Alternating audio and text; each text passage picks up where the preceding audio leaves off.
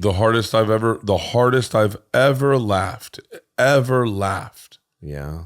Ever. And I can pinpoint it. Now I've had real long, hard laughs, but like where people's words, I heard people's words and they made me laugh, was you and Patrice with the etymology of, that's the hardest I can tell you where I was. It was, I pulled over, I can tell you my car, I can tell you everything about that moment. And I not only did I laugh, but I looked around an empty car. Like, did anyone else just witness? and it's buttoned by Patrice's loud cackle. His of a laugh. laughing off the mic. His I loved laugh him so much. I remember that moment. That's like a moment I remember. There's some things I've done in my life that I can't actually conjure it. But I remember sitting there and watching him. And the thing is that Patrice was such a master. I think he could have been the best comedian that ever lived. Mm-hmm. He had just cracked the code on his own stand-up. But he also was tough and he was like impenetrable. Like a few times that I fucked around with joking with him, he would destroy me every time. Yeah. And the thing that happened was he was talking about the etymology of the word and how it came from keikel.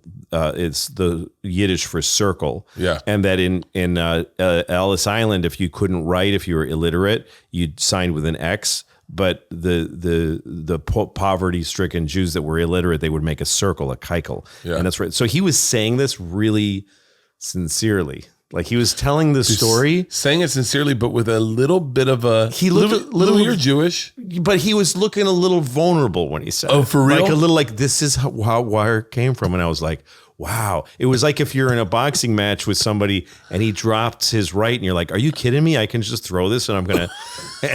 And so I knew I was going to say it. And I said it. It's the hardest. And he laughed so hard and it was so satisfying to make Patrice laugh that hard. That is the best. One of my favorite moments of my life was making him laugh that hard. Making other comics laugh is a great feeling, you know? I had a moment like that with Letterman. I was on Letterman once and I really surprised him and made him laugh really hard on the air. That was a good feeling because he was talking about, and I didn't know what I was going to say either. That's when, because I wasn't sure I just knew I was headed somewhere with Patrice. I was on Letterman on doing panel and he had his kid, Henry, I think his name is. And he was talking about, because I was talking about my kids. And he said, see, I can't get my kid to eat anything. You know, we were at breakfast. I go, you want some eggs? And he goes, no, I don't want eggs. You want pancakes? No, I don't want pancakes. And I go, well, you're doing it all wrong, Dave. Like, and I really meant it, but I didn't know what I was going to say. I said, you're doing it all wrong. And he goes, really? Tell me. Like every parent goes, tell me. And I go, you make eggs and you go, here's the eggs. That's what's for breakfast.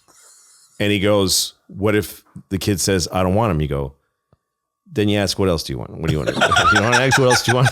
And I didn't know I was going to do that, but he fucking, because he was really sincerely excited for a new idea. Yeah. And when I just bailed, he laughed so hard. And I felt like that's like a top 4 moment of my whole, creatively anyway, in my career. You know? Bert and Tom and Bert.